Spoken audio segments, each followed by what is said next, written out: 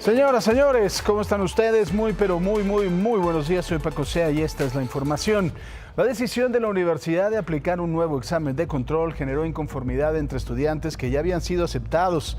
La medida anunciada el pasado viernes desató protestas de los aspirantes seleccionados, quienes cuestionan la determinación de las autoridades.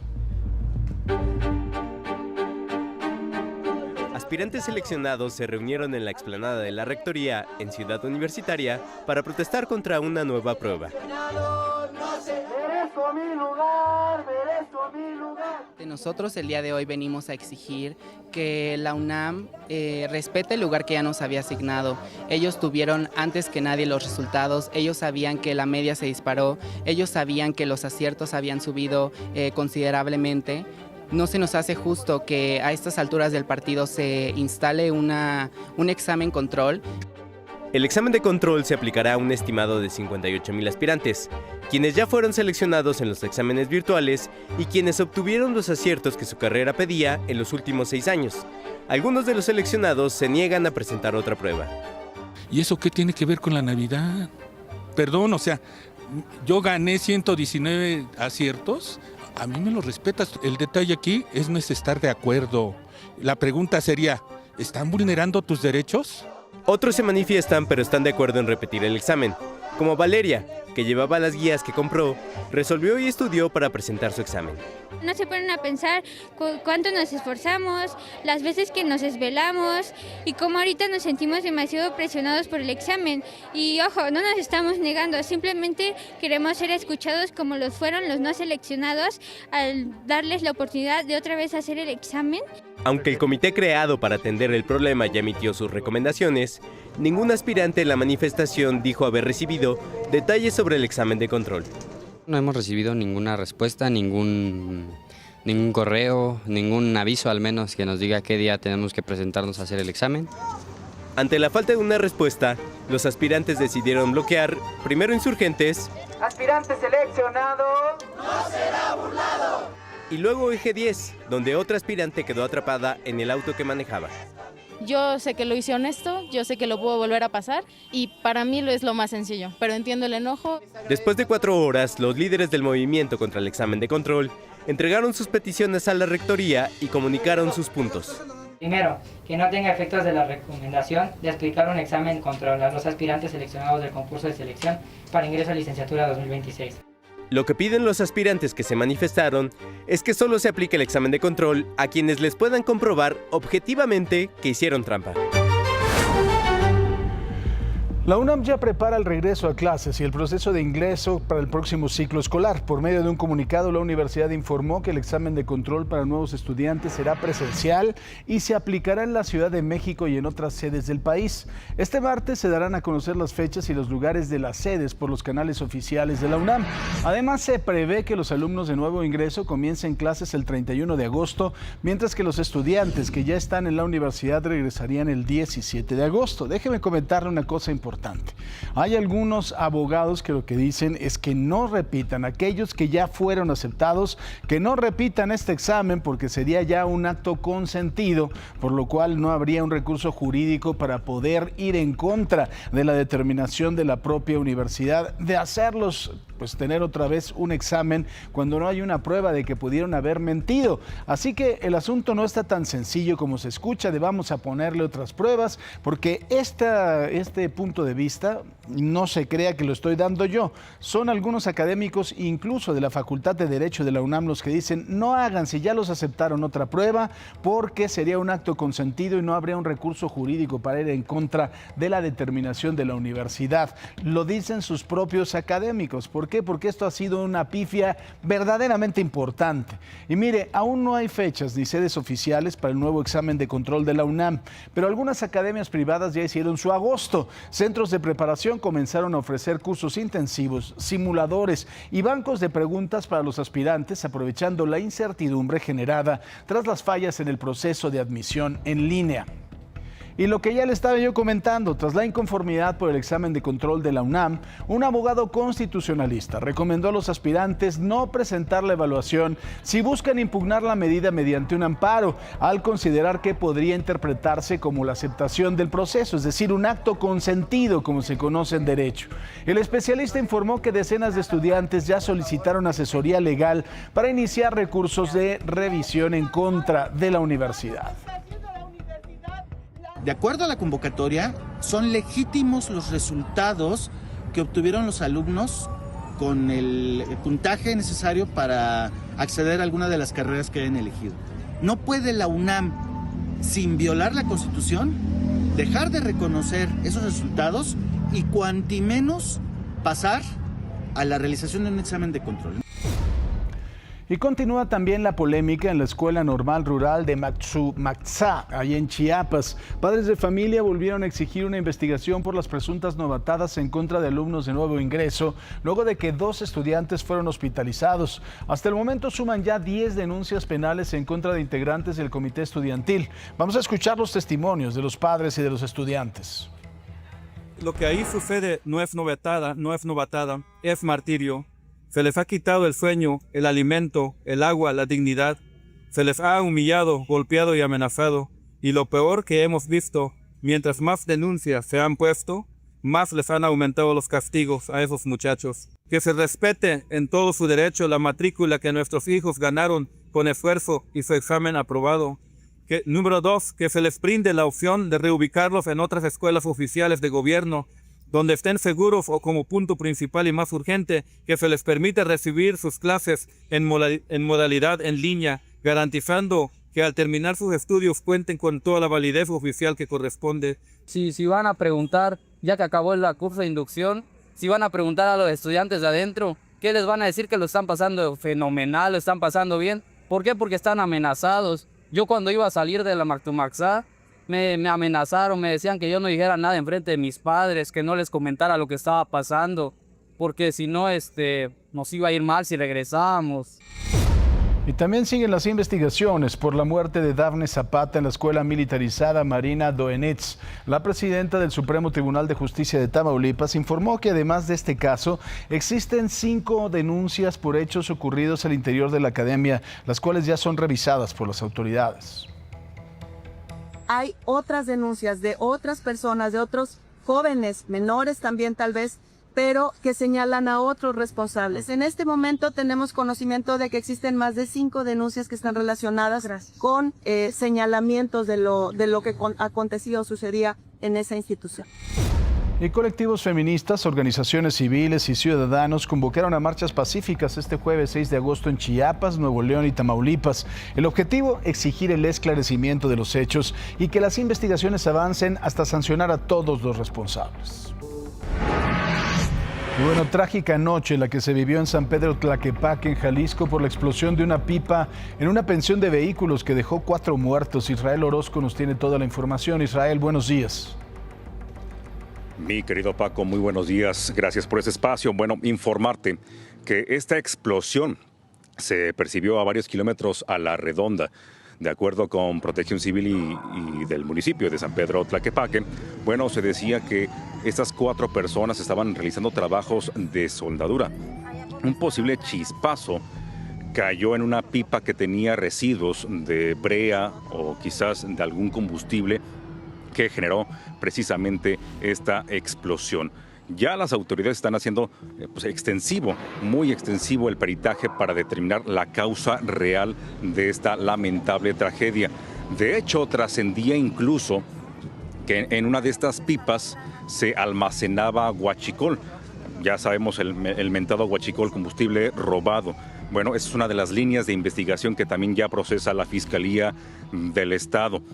Muy lamentable este hecho que otra vez, si se llega a comprobar de que es huachicol, bueno, sería un objeto muy prioritario de las autoridades para que sigan investigando muy a fondo y que se pueda erradicar tan siquiera un poco este tema del robo de combustible. Sin duda, Israel, muchísimas gracias por tu reporte. Pendientes, abrazo, buen día. Buen día. Mónica Noguera, adelante, Mora. Gracias, Paco. Y ayer en su conferencia matutina, la presidenta Sheinbaum afirmó que la discusión sobre el uso excesivo de celulares busca concientizar a familias, a jóvenes sobre la adicción que generan las redes. En la mañanera, el experto Arturo Béjar advirtió que el diseño de las plataformas incluye herramientas como el scroll infinito que provoca un uso compulsivo. Ante esto se plantearon medidas como restringir los teléfonos en las escuelas, subir a los 16 años la edad para abrir cuentas con miras a definir una postura para el inicio de clases el 31 de agosto. Eres una niña y estás viendo y te captura por un momento una persona que está flaca en mal plan, o sea, que uno se preocupa de su bienestar y dices, ay. En minutos, eso, el algoritmo de las recomendaciones lo transforma en recomendaciones de otras gentes, de comida, de recetas de perder peso y genera un bombardeo que le enseña a la gente joven que hay que dejar de comer.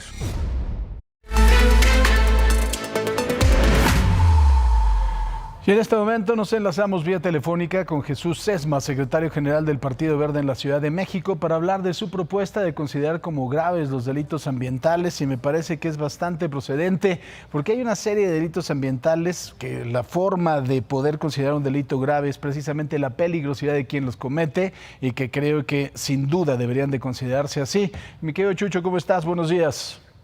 Muy buenos días, Paco. Siempre es un gusto estar contigo. El agradecimiento y un saludo a tu audiencia. Igualmente, como lo estaba diciendo, me parece que hay delitos ambientales que han sido tomados por los grupos del crimen organizado, como por ejemplo la tala clandestina, que como no es un delito grave, pues entonces se cuelgan de eso para tener pues delitos de alta peligrosidad, ¿no? Y además de todo poniendo en riesgo a muchísima gente con su conducta. Pues así es, Paco, desde el año pasado, y esto fue un gran avance propuesto por el Partido Verde, en la Cámara de Diputados Federal y en el Senado de la República, ya hay disposiciones en el Código Penal para poder aumentar las penas y las sanciones a estos delitos ambientales y ponerlos como graves. La gente a lo mejor, la que nos está escuchando evidentemente, no percibe estos delitos como algo que les dañe a su persona por su entorno, porque no están en lugares de tala ilegal o de tráfico de especies, pero la realidad es otra. La realidad es que la degradación ambiental pues nos cambia y nos deteriora nuestro entorno, como compromete temas de salud, temas de seguridad, de bienestar.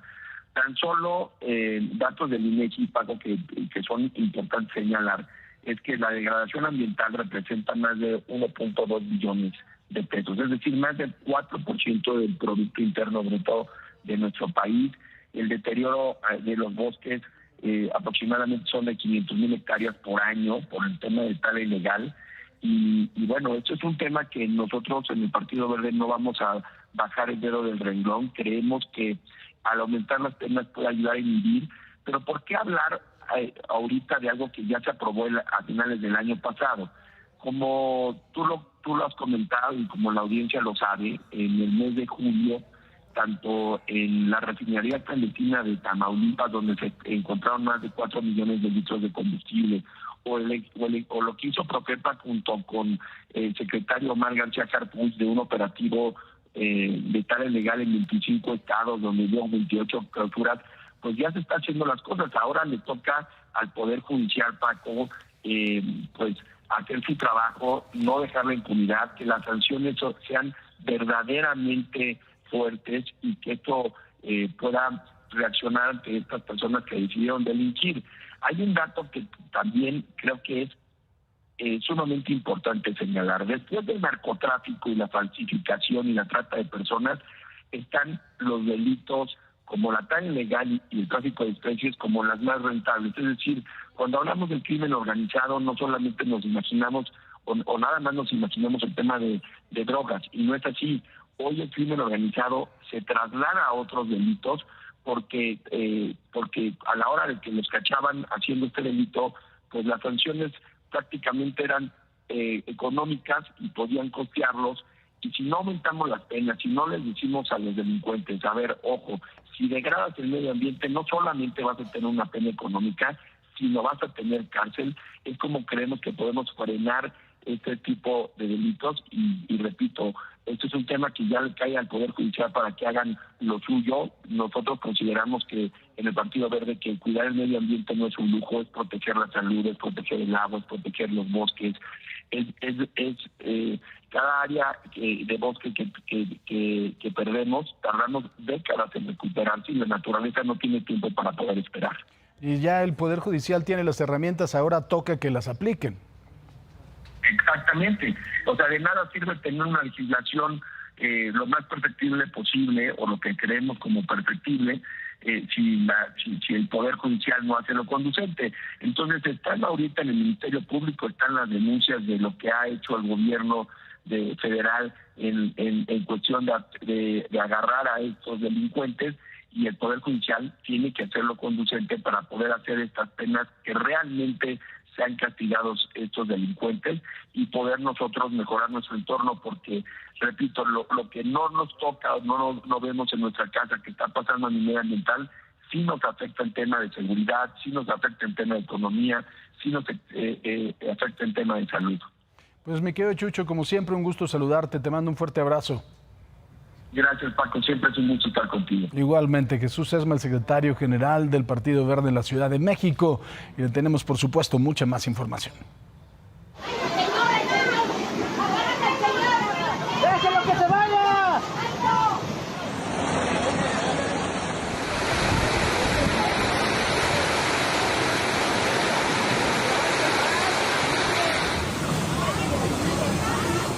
Y mire, calles de la colonia San Gilberto en Nuevo León se convirtieron en ríos luego de que el domingo azotara una fuerte lluvia. Las calles se inundaron provocando corrientes que avanzaron con fuerza y se llevaron todo lo que estaba a su paso: bicitaxis, bancos, ropa y hasta los puestos del tianguis que estaba instalado en plena avenida, en donde los vendedores perdieron prácticamente toda su mercancía. El gobierno municipal puso en marcha un módulo de atención para atender a los afectados y darles un apoyo en los próximos días. En tanto, en Zapopan, Jalisco, bomberos municipales atendieron 8 incidentes por inundaciones provocadas por las lluvias. Los puntos más críticos se registraron en el paso de desnivel de Patria y Acueducto, así como en las avenidas López Mateos y Conchitas, en donde el agua alcanzó 80 centímetros y dejó 3 vehículos varados. Elementos de Protección Civil y de la Policía Vial desfogaron el agua y llaman a la población a no cruzar vialidades inundadas. Aquí le hemos informado sobre el derrame de ácido en el municipio de Naco, en Sonora. Esto aún tiene muy preocupados a los habitantes por su salud y por la del ganado.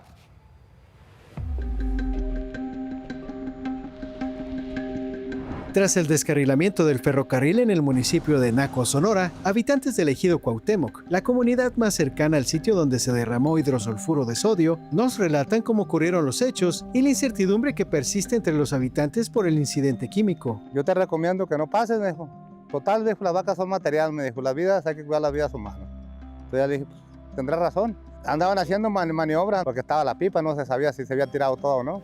El día que se descarriló había llovido, otro día no llovió, el tercer día fue cuando cayó la lluvia grande. 8 o 9 de la noche nos avisaron que se había derramado el ácido ese, que se había descarrilado el tren. Sí, olía mucho a un olor bien feo, como a fosa, a huevo podrido, le voy a decir. De hecho, a mí se me durmió lo que es los labios. Estamos en el ejido Cuauhtémoc, a 20 minutos de Naco, Sonora. Hace unos días se registró un descarrilamiento del ferrocarril que transportaba hidrosulfuro de sodio.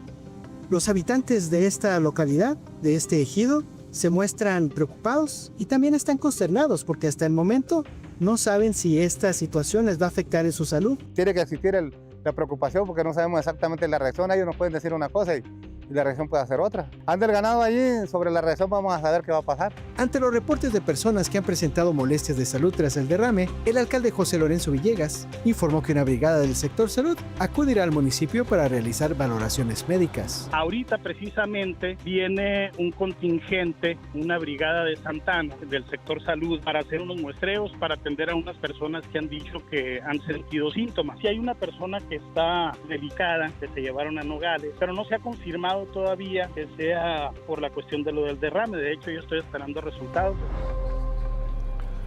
Por este derrama, un guardia de seguridad de 54 años se encuentra en estado crítico tras sufrir quemaduras químicas en su cerebro y pulmones por la inhalación de tóxicos. Su familia exige un traslado médico urgente ante el riesgo de ser intubado.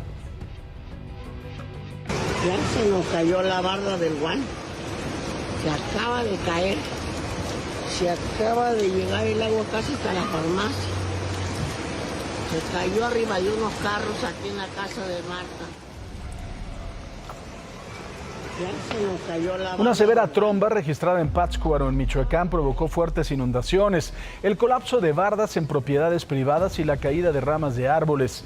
Las intensas corrientes de agua arrastraron a vehículos a su paso y dejaron a otros varados en las vialidades, provocando además daños materiales por la caída de escombros. Las autoridades locales realizan recorridos de supervisión en las zonas afectadas, confirmando que hasta el momento no se reportan personas lesionadas, pero es algo que tenemos que aceptar. El cambio climático ha llegado con este tipo de lluvias atípicas en donde estos son los resultados y el problema no son los daños materiales, aunque claro, es importante, sino la pérdida de vidas.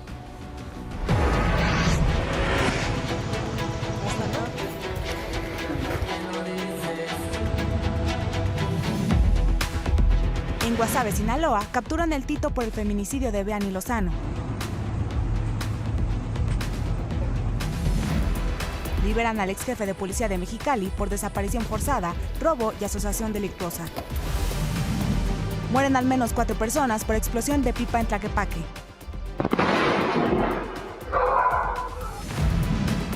Santa Fe Clan denuncia abuso policial en Guanajuato. El cantante, igual que cualquier ciudadano, en el momento si se ve afectado, tiene que presentar una denuncia o está en su derecho de presentar una denuncia. Abuelita de 91 años choca, huye y desata persecución en Montemorelos, Nuevo León.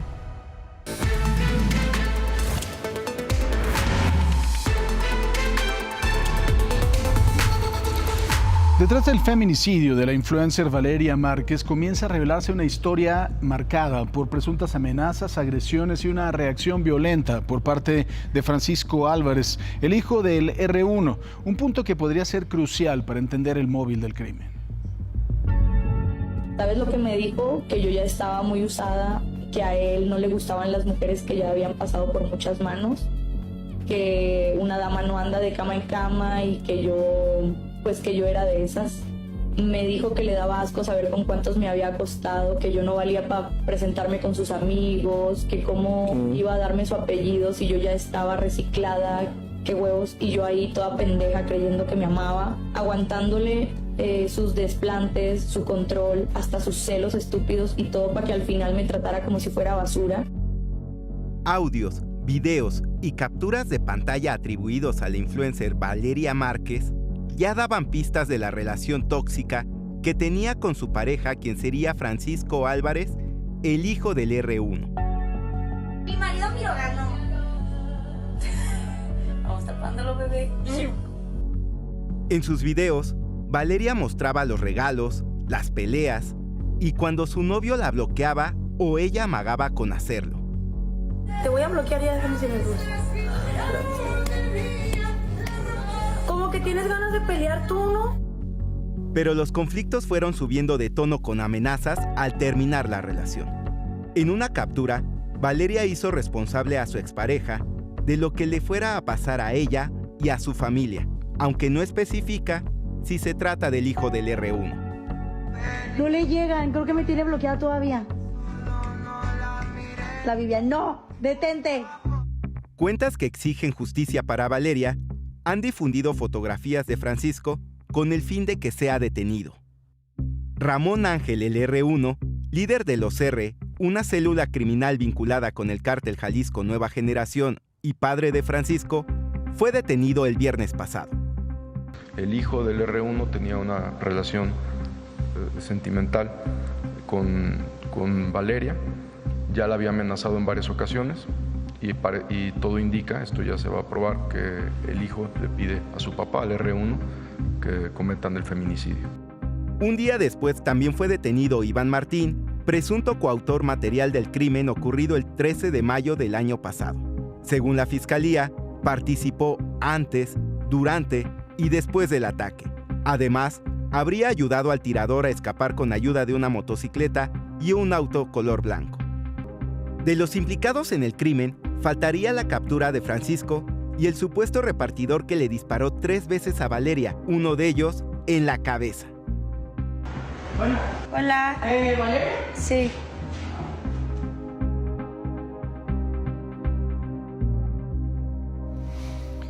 Hoy se espera que sea reanudada la audiencia del R1 luego de que la semana pasada se le dictara prisión preventiva. Recordemos que el R1, recluido en el penal del Altiplano, enfrenta 2 procesos, uno por delitos vinculados con armas y drogas y otro por homicidio del presidente municipal de Uruapan, Carlos Manso. Mientras que Iván Martín, señalado como el coautor intelectual del asesinato de Valeria Márquez, fue imputado por el delito de feminicidio. Durante la audiencia, Iván se reservó su derecho a declarar. También se definirá el día de hoy si es vinculado a proceso. Por lo pronto permanece bajo prisión preventiva. ¿Recuerda usted el caso de Vini Lozano? Ella era una estudiante de la Universidad Autónoma de Chiapas. El 6 de abril salió con su novio, José Manuel, en el municipio de Tuxtla Chico. Horas después fue hallada con un balazo en la cabeza dentro de un vehículo. La joven de 18 años estuvo 11 días hospitalizada hasta que el 17 de abril falleció. Durante estos casi 4 meses, la familia de Vini realizó varias protestas para exigir la detención de José Manuel, quien luego del crimen desapareció. Finalmente, ayer José Manuel, conocido como El Tito, fue detenido en Guasave, Sinaloa, tras las labores de inteligencia. El joven de 18 años es señalado por la Fiscalía de Chiapas como presunto responsable del feminicidio. El fiscal Jorge Luis Llavén informó que buscarán una condena de hasta 100 años para El Tito, por el que ofrecían una recompensa de 500,000 pesos para poder localizarlo. En Jalisco, un policía estatal en activo mató a balazos a su pareja y posteriormente se suicidó tras una discusión cuando ambos iban a bordo de una camioneta en el municipio de El Salto. De acuerdo con información preliminar, el elemento ocupó la misma arma con la que le disparó a la mujer para quitarse la vida. Los cuerpos de ambos quedaron tendidos sobre los asientos del conductor y el copiloto. La Secretaría de Seguridad de Jalisco informó que el elemento adscrito a la Policía Estatal Preventiva se encontraba fuera de servicio. En más asuntos, un ataque armado en pleno centro de Jerez, Zacatecas, dejó una mujer muerta y 2 más heridas, entre ellas una menor de edad. Las víctimas viajaban en una camioneta cuando fueron agredidas por sujetos armados que lograron escapar. Autoridades desplegaron un operativo para localizar a los responsables, mientras la Fiscalía Estatal mantiene abierta la investigación. En contra de 3 personas, 3 mujeres. Una mujer, las 3 con herida de arma de fuego, fueron trasladadas de manera inmediata al hospital. Una, lamentablemente, perdió la vida recibiendo atención médica en el hospital. Se hablaba de que era una niña. Hay una menor de edad, pero la menor de edad en estos momentos está recibiendo atención médica. Quien perdió la vida se trata de una persona mayor. Un enfrentamiento entre civiles armados y elementos de la Guardia Nacional dejó 2 agentes lesionados en Tula de Allende, Hidalgo. De acuerdo con los primeros reportes, el ataque ocurrió durante un operativo en la colonia La Amistad. 2 presuntos agresores fueron detenidos y un hombre más resultó herido y fue trasladado al hospital bajo custodia. La zona fue acordonada mientras los agentes de la Fiscalía realizan las investigaciones para esclarecer lo ocurrido. Habitantes de la comunidad indígena de Arantepacua se enfrentaron con policías antimotines durante una protesta en Morelia, Michoacán. Los manifestantes retuvieron una pipa de gas y de forma paralela incendiaron un vehículo sobre la carretera Nahuatzén-Cherán. Los comuneros exigen el cumplimiento de acuerdos de reparación del daño a 9 años de un operativo en el que murieron 4 personas. Tras las protestas, ambas partes acordaron instalar una mesa de diálogo. Seguimos en Michoacán. Habitantes de la comunidad indígena de Pomaro, en Aquila, incendiaron un camión y bloquearon de manera indefinida la carretera federal 200 a la altura del hospital del IMSS Bienestar de Maruata. Los manifestantes exigen el reconocimiento de su autogobierno y advirtieron que mantendrán las protestas hasta obtener una respuesta de las autoridades. Tras más de 24 horas de audiencia, un juez dejó en libertad al exdirector de la Policía Municipal de Mexicali, Pedro Ariel Mendívil, y al exagente Luis Alfonso Jacobo, al considerar que no había pruebas suficientes para vincularlos a proceso por desaparición forzada, robo de vehículo y asociación delictuosa. Sin embargo, los policías Juan Carlos Yaques, Eduardo López García y Kevin González Álvarez sí fueron vinculados a proceso por estos mismos delitos. Ayer le platicamos de estos casos en donde se les acusa de la desaparición en la zona de bares de Mexicali de varias personas. La Fiscalía anunció que continuará con las investigaciones. Por su parte, el colectivo Célula de Búsqueda e Investigación en Desaparición Forzada de Baja California, que desde el 2022 investigó sobre estas desapariciones y apuntó la posible participación de los policías, dijo que esta noticia comienza a dar un nuevo significado a aquellas denuncias que las familias hicieron desde el primer día.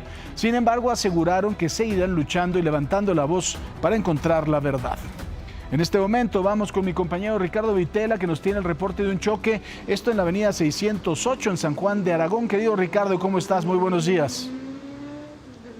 Querido Paco, ¿cómo están? Muy buenos días, gusto en saludarlos. Hay que tener precaución quienes vienen ya de la zona de Nesa, de Catepec o de aquí de Aragón, de la Gustavo Madero, en la avenida 608, esquina con la avenida José Loreto Favela, en dirección al circuito interior. Tenemos este percance automovilístico, Paco, de este tractocamión con este vehículo compacto. No hay personas lesionadas por fortuna, pero esto ya está ocasionando un verdadero relajo aquí en cuestión de vialidad. No ha llegado una patrulla ni de la alcaldía ni de tránsito para agilizar. Conforme al reglamento de tránsito, si no hay lesionados, pueden mover sus vehículos, los pueden orillar, siempre y cuando no haya lesionados. Eso ya está en el nuevo reglamento de tránsito, pero pues muchos de los conductores, como no lo leen, no lo aprenden, pues se quedan así en espera de que llegue la aseguradora, pueden tomar su fotografía y posteriormente, ¿por qué se retiraron? Pues para agilizar la vialidad, ¿no? Pero bueno, vamos a esperar a que llegue una patrulla. Mientras tanto está hecho pues un verdadero problema en cuestión de vialidad. Los autobuses, ahorita vamos a ver si es que pasa uno, porque hay unos intrépidos que se meten en este punto, como este microbús, viendo que está el tractocamión y que el espacio es muy reducido, pues va a tener que subirse a la banqueta un poco, o muy pegado a esto también puede ocasionar otro accidente. Ojalá la persona de vialidad, el personal de vialidad de la Policía Capitalina o de la Alcaldía vengan a moverlos, a agilizarlos, porque el avance ya es muy lento en dirección al circuito interior, mi estimado Paco, aquí en la avenida 608, que es la avenida Oceanía. Muy bien, pues sí, ojalá que alguien les ayude, porque si no, eso va a ser un relajo en muy poquito tiempo. No, es que ya esto ya detonó hasta la avenida Central, pasando ya lo que es los límites de la Ciudad de México con el Estado de México. El avance ya es muy lento desde allá atrás, entonces ojalá los retiren, los orillen. Hay una isla donde pueden orillarse del lado derecho para evitar tantos problemas y así que se agilice. Mira, como el camión de la basura, o sea, es lo que te digo, se suben a la banqueta y esto puede ocasionar otro accidente. Ojalá se apuren los de tránsito, los de la alcaldía de la Gustavo Madero. Oye, a ver, Ricardo, si no estoy mal, desde hace tiempo ya se había hablado de que se había pues puesto en algún tipo de legislación que se iba a permitir que los coches que estuvieran en vialidades principales pudieran ser orillados y que el seguro lo reconociera y que no hubiera ningún problema al respecto. Pero creo que esto es letra muerta, como siempre, ¿verdad? Sí, y es que también es responsabilidad de los conductores, Paco, que se documenten, que lean su reglamento de tránsito. Y ahí está la prueba de que muchos lo desconocen y que en este tipo de casos, como tú lo comentas, en vía principal, que es la avenida 608, se pueden mover. O sea, no hay lesionados. En caso de que haya una persona lesionada, sí tiene que quedarse en el lugar, pero mientras no haya lesionados, únicamente daños materiales, pues mira, ahí está el autobús. Es lo que te digo, mira, cómo pasan, o sea, pasa rozando. Es totalmente, pues, problemático. Ojalá vengan rápido para moverlos y que también los conductores le hacemos un llamado a todos los que nos ven en casa, que manejan vehículos, documentense, lean su reglamento de tránsito, por favor, para que sepan qué hacer en este tipo de casos, como ya lo estamos mostrando aquí en la pantalla de Imagen SEA. Muy bien, te agradezco, Ricardo, gracias. Un abrazo, mi Paco, buenos días, continuamos. Buenos días. Y mire, el rapero Santa Fe Clan denunció en redes sociales una presunta agresión de policías municipales de Guanajuato en contra de algunos de sus amigos y aseguró que los agentes intentaron ingresar a una de sus propiedades. La Secretaría de Seguridad rechazó la versión del cantante y afirmó que los elementos únicamente atendían un reporte de riña y que nunca dispararon sus armas. La Fiscalía Estatal ya investiga para determinar lo ocurrido. El cantante, igual que cualquier ciudadano, en el momento si se ve afectado, tiene que presentar una denuncia o está en su derecho de presentar una denuncia. Si cuenta con ciertas cosas que validen esa denuncia, como pueden ser los videos, como pueden ser testigos, los presentará, pero es la Fiscalía la encargada de determinar todos los hechos. Y continúan las investigaciones por el asesinato del rapero y productor musical Soldis C4 ocurrido en Guadalajara, Jalisco. De acuerdo con la Fiscalía Estatal, el artista fue atacado a balazos por un sujeto que escapó en una motocicleta después de la agresión. Las autoridades mantienen abierta la carpeta de investigación para dar con el responsable. Y también otro asesinato a golpes a un exregidor de Tlaxcala. Se trata de Rigoberto López, quien ocupó el cargo en el municipio de Lázaro Cárdenas. Fue localizado sin vida en un camino de terracería en la comunidad de San José de la Laguna. Su hijo realizó el hallazgo y alertó a las autoridades. La Fiscalía Estatal ya abrió una investigación para esclarecer el homicidio. Y baja la cifra de homicidios dolosos en México, pero la violencia mantiene focos rojos. Durante el 2025, las muertes por este delito disminuyeron más de 16% respecto al año anterior. Sin embargo, varios estados del país continúan concentrando la mayor incidencia de casos.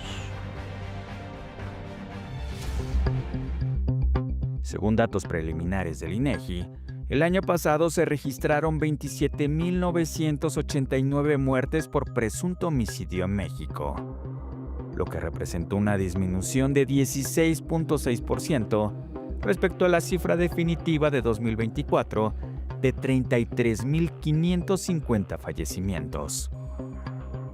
A nivel nacional, la tasa descendió de 25.8 a 21.4 asesinatos por cada 100.000 habitantes. El principal medio que se usó para provocar la muerte en 2025 fue el disparo con arma de fuego, con 70.8%. Las armas u objetos punzocortantes se ubicaron en la segunda posición, con un 9.4%. Las entidades donde se concentró el mayor número de homicidios dolosos son Guanajuato, con más de 3.000 casos. Le siguieron el Estado de México y Chihuahua, ambos con más de 2.000 muertes.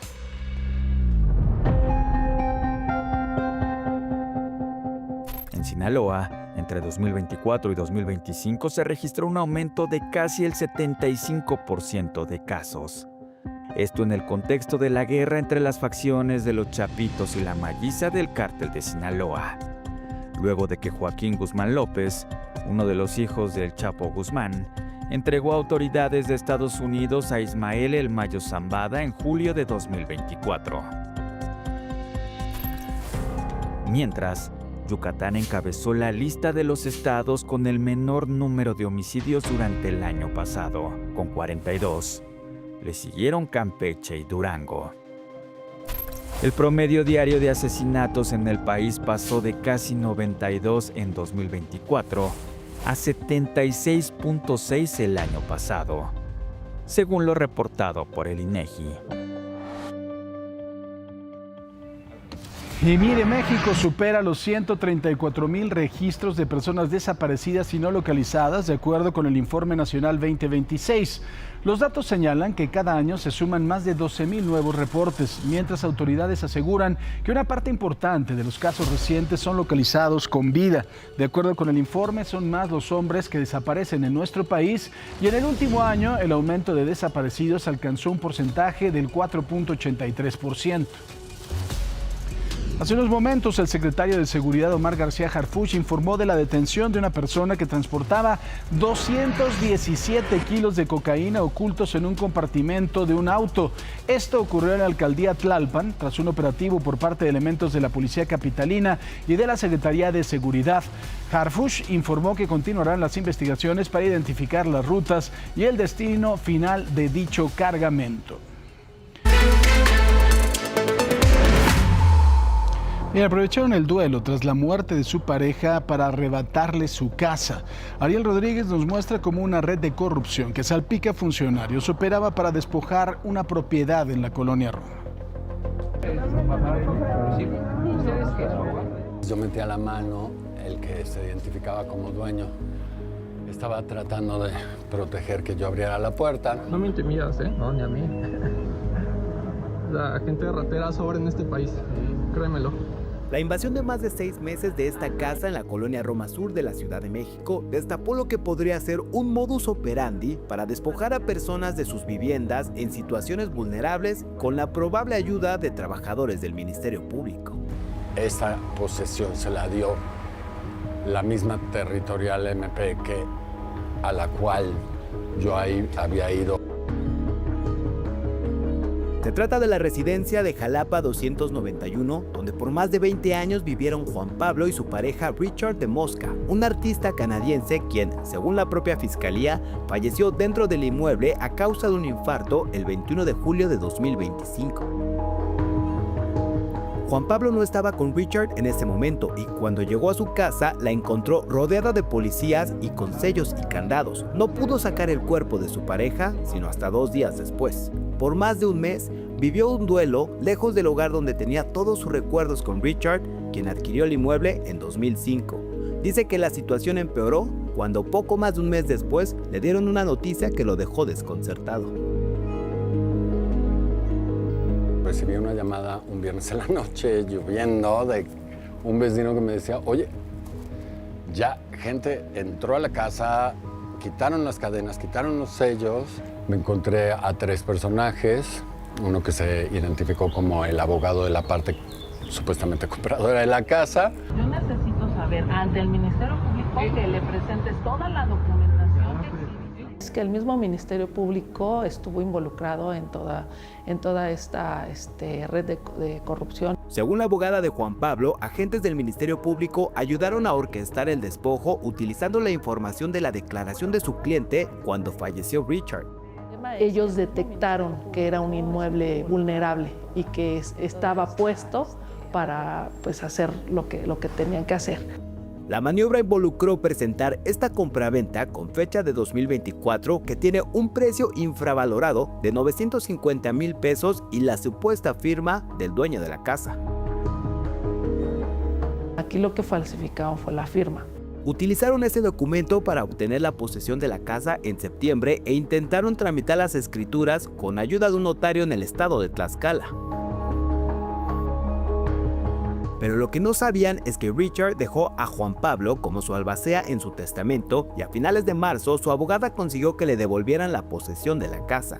Dice que encontró su hogar irreconocible. Pero la verdad es que hasta lástima me dieron. O sea, sí parece que estaban atrincherados, que alguien les estaba diciendo ni asómense a las ventanas. Cámaras donde se conectaban aquí a un monitor, donde claramente mandaban la señal a otro lado de quién se acercaba a la casa. Esta batalla legal aún no termina, pues Imagen Noticias confirmó que existe una investigación en contra de al menos 2 agentes del Ministerio Público y otros 6 implicados por su probable participación en el intento de despojo de la casa 291 sobre calle Jalapa. No me intimidas, no, ni a mí. Imagen Noticias contactó a la Fiscalía de la Ciudad de México para saber cuáles son los avances en las investigaciones en contra de agentes del Ministerio Público supuestamente involucrados en este tipo de casos de despojo, pero no hemos obtenido respuesta hasta el momento. Pero continúan los despojos en la Ciudad de México. Las alcaldías Cuauhtémoc, Iztapalapa y Benito Juárez concentran el mayor número de casos. Así lo informó el secretario de Gobierno, César Cravioto. Adelantó que el gobierno reforzará las acciones en contra de este delito. Pidió no politizar el tema, aseguró que se investigará cualquier servidor público o policía que pudiera estar involucrado. Por su parte, el Consejo Ciudadano advirtió que las personas mayores de 60 años son las principales víctimas de despojo patrimonial y llamó a fortalecer las medidas de prevención y de asesoría jurídica. ¿Se le va a pelar? ¿Es una vieja?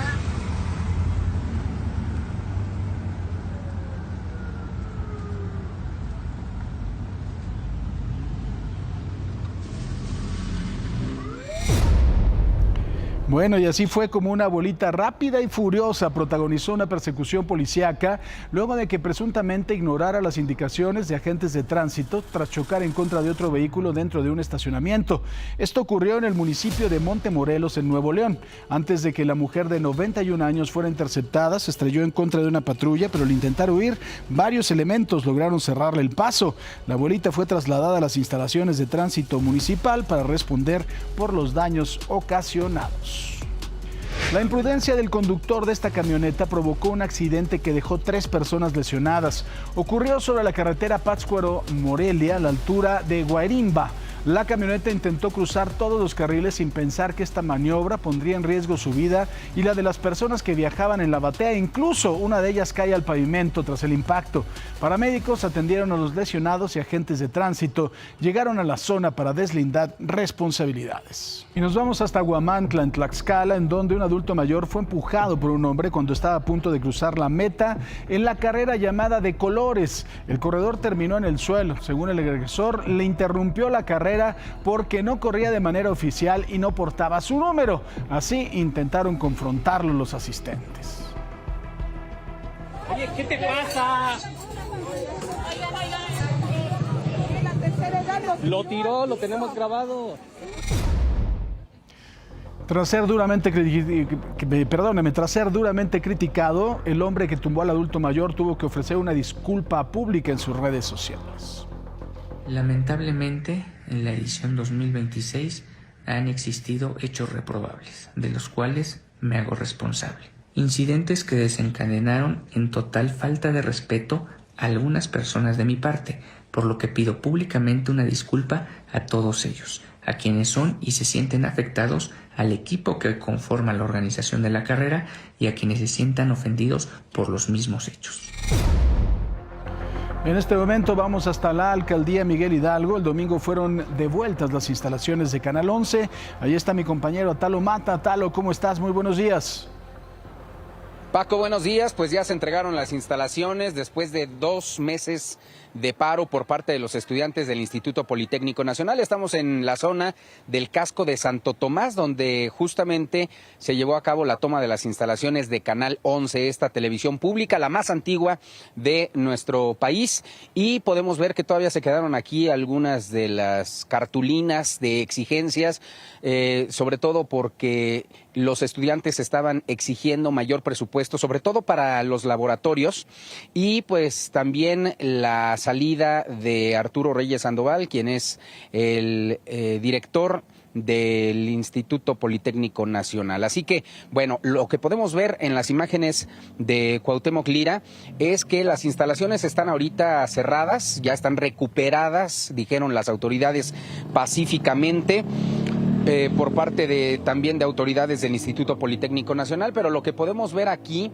es todavía algunas de las cosas que se quedaron aquí, como trafitambos, algunos conos, polines de madera, algunas cajas que pues estaban y que generaron basura también, y que estaban aquí en el estacionamiento de Canal 11, donde se encontraban los estudiantes que habían tomado las instalaciones. Las autoridades de la Secretaría de Educación Pública y la dirección del canal sí confirmaron daños materiales al interior, afectaciones al archivo histórico, reportando material, incluso material videográfico roto y desordenado en el suelo. Ya el Ministerio Público, Paco, y un notario público han certificado los hechos para iniciar una evaluación técnica muy exhaustiva, así lo han dicho, y poder levantar el inventario que hace falta del estado de los equipos e infraestructura. Y también pues lo que hemos podido ver, por ejemplo, al interior de estas instalaciones es que sí, pues ya no existe el paro de los estudiantes, ya no está el plantón, pero sí hay policías de la Secretaría de Seguridad Ciudadana al interior resguardando las instalaciones en espera de que haya un nuevo aviso para que Canal 11 vuelva a operar. Recordemos que sí lo estuvo haciendo mientras estuvieron tomadas las instalaciones con apoyo de otras instituciones y otras televisoras privadas, pero finalmente el personal del Canal 11 podrá regresar pronto, esperemos ya que sea pronto, a estas instalaciones a poder transmitir. Paco. Muy bien, pues querido Talo, lamentable, ¿no?, que se pierdan cosas importantes, como lo estaba diciendo el día de ayer el secretario de Educación Pública, Mario Delgado, pues que había parte del acervo videográfico tirado y roto, lo cual me parece pues que no viene al caso, ¿no? Puedes tener muchas cosas que decir, pero no destruir el patrimonio de todos los mexicanos. Sí, lo que decían las autoridades precisamente de la Secretaría de Educación Pública era eso, que no se mezclara una cosa con otra. Si se solicitaba algo en el Instituto Politécnico Nacional, pues que se hicieran a través de los canales conducentes y no en una televisora que sí pertenece al Politécnico, pero que no tiene nada que ver con el problema. Muy bien, te agradezco mucho, gracias querido Talo. Buen día, Paco. Buen día también para ti, Nuri, adelante. Gracias, Paco. Oigan, pues les platico que este martes va a continuar el temporal de lluvias en buena parte del país. Tenemos el monzón mexicano que sigue muy activo sobre el noroeste, mientras que se vigila el paso de la onda tropical, la número 24 y la número 23, que se va a desplazar sobre el sureste de México y favorece muchas lluvias en esa región. Las precipitaciones más importantes para hoy se esperan en Sonora, Chihuahua, Zacatecas, Jalisco y Chiapas, donde podrían acumularse entre 50 y 75 milímetros, además de lluvias fuertes en la mayoría de los estados del país, para que lo tomen en cuenta para todos sus planes. Las tormentas pueden presentarse con descargas eléctricas, además de provocar encharcamientos, incremento en los niveles de ríos y deslaves en zonas montañosas. ¿Qué pasa con el calor? Porque seguimos con las temperaturas altas en Baja California y Sonora, superiores a 45 grados. Estos son los estados más calurosos del país para hoy, y la onda del calor continúa afectando principalmente a Nuevo León, Tamaulipas, Oaxaca y Chiapas, por lo que es muy importante mantenerse hidratado, evitar la exposición prolongada al sol y poner especial atención en niñas, niños, adultos mayores y en sus mascotas. Respecto al viento, se esperan rachas de hasta 70 kilómetros por hora en el Golfo de California y en Sonora. Finalmente, el Pacífico se va a mantener el oleaje entre 1 y 2 metros de altura desde la costa occidental de la península de Baja California hasta las costas de Chiapas, por lo que se recomienda precaución a embarcaciones menores. Así, la información meteorológica para este martes. Nosotros hacemos una pausa, pero regresamos con más información. Esto es Imagen Noticias con Francisco Sea. No se vaya, son las 7:36 de la mañana. Volvemos. Banco Multiva colocó una emisión de capital AT1 en mercados globales de $300 millones. La operación permitirá ampliar la capacidad de financiamiento de la institución y participar en proyectos de mayor escala en sectores estratégicos de México. Esta emisión refleja también la confianza de inversionistas internacionales en la solidez financiera y la estrategia de crecimiento de Banco Multiva. En la operación participaron Barclays, Goldman Sachs y Jefferies como coordinadores globales y colocadores. Banco Multiva forma parte de Grupo Basol, consorcio empresarial mexicano presidido por Olegario Vázquez Aldir. La institución mantiene un compromiso de largo plazo con el desarrollo de México y opera bajo estrictos estándares de gobierno corporativo y cumplimiento regulatorio. Mónica Noguera. Y la seguridad jurídica de todos los mexicanos tiene su garantía en los tribunales de todo el país. Ahí lo dijo la ministra de la Suprema Corte de Justicia de la Nación, Yasmín Esquivel.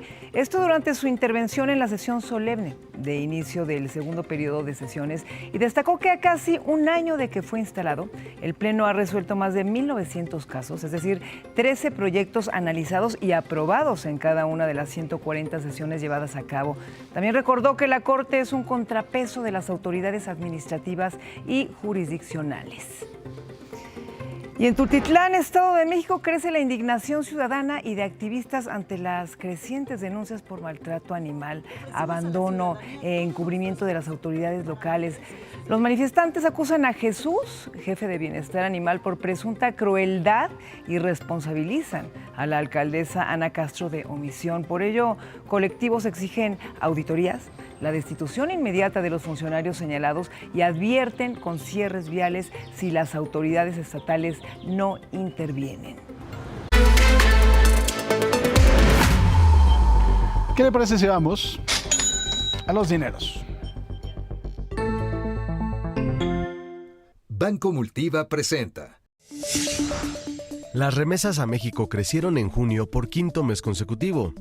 De acuerdo con Banjico, Al país ingresaron $5.472 millones, lo que representa un aumento anual del 4.2%. En total, se realizaron 13 millones de transferencias con un promedio de $422 por envío, el más alto registrado en al menos 10 años. Con esto, el primer semestre del año acumula un ingreso superior a los $30.700 millones. La Secretaría del Trabajo capitalina lanzó el programa Economía Social 2026 para beneficiar a más de 500 cooperativas con una bolsa total de 90 millones de pesos.